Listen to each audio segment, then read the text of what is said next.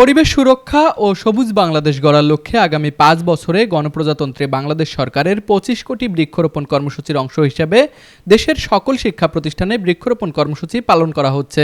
এরই ধারাবাহিকতায় আজ সকালে রংপুর কমিউনিটি ডেন্টাল কলেজ ক্যাম্পাসে বিভিন্ন প্রজাতির গাছের চারা রোপণ করা হয়েছে।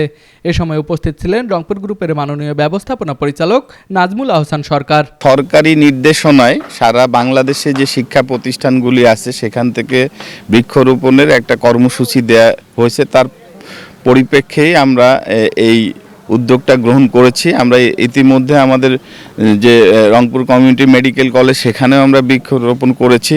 আজকে আমরা আমাদের এই রংপুর কমিউনিটি ডেন্টাল কলেজেও আমরা এই বৃক্ষরোপণ করে এর যাত্রা শুরু করলাম। এটা আমরা প্রতি বছরেই আমরা কিছু করে এখন থেকে বৃক্ষরোপণ করব প্রতিষ্ঠানগুলি থেকে, এবং ভবিষ্যতে এর মাধ্যমে পরিবেশের যে বিপর্যয়গুলি ঘটছে এটা আসলে এই বৃক্ষরোপণের মাধ্যমে এটা রোধ করা সম্ভব। সেই যাত্রা আমাদের এই প্রতিষ্ঠানগুলি থাকবে সবসময়।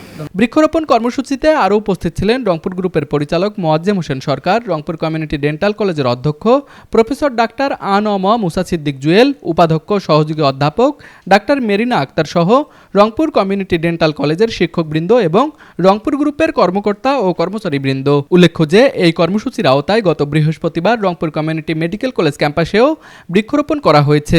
এ সময় রংপুর কমিউনিটি মেডিকেল কলেজের অধ্যক্ষ প্রফেসর ডাক্তার শরীফুল ইসলাম এবং উপাধ্যক্ষ প্রফেসর ডাক্তার মোহাম্মদ আব্দুর রহিম ছাড়াও আরও উপস্থিত ছিলেন রংপুর গ্রুপের ব্যবস্থাপনা পরিচালক মোহাম্মদ নাজমুল আহসান সরকার, উপব্যবস্থাপনা পরিচালক আশরাফুল আলম আলামিন, রংপুর গ্রুপ ও রংপুর কমিউনিটি মেডিকেল কলেজ ও হাসপাতালের সম্মানিত পরিচালকবৃন্দ এবং অন্যান্য বিভাগীয় প্রধানগণ, শিক্ষকবৃন্দ, কর্মকর্তা ও কর্মচারীবৃন্দ।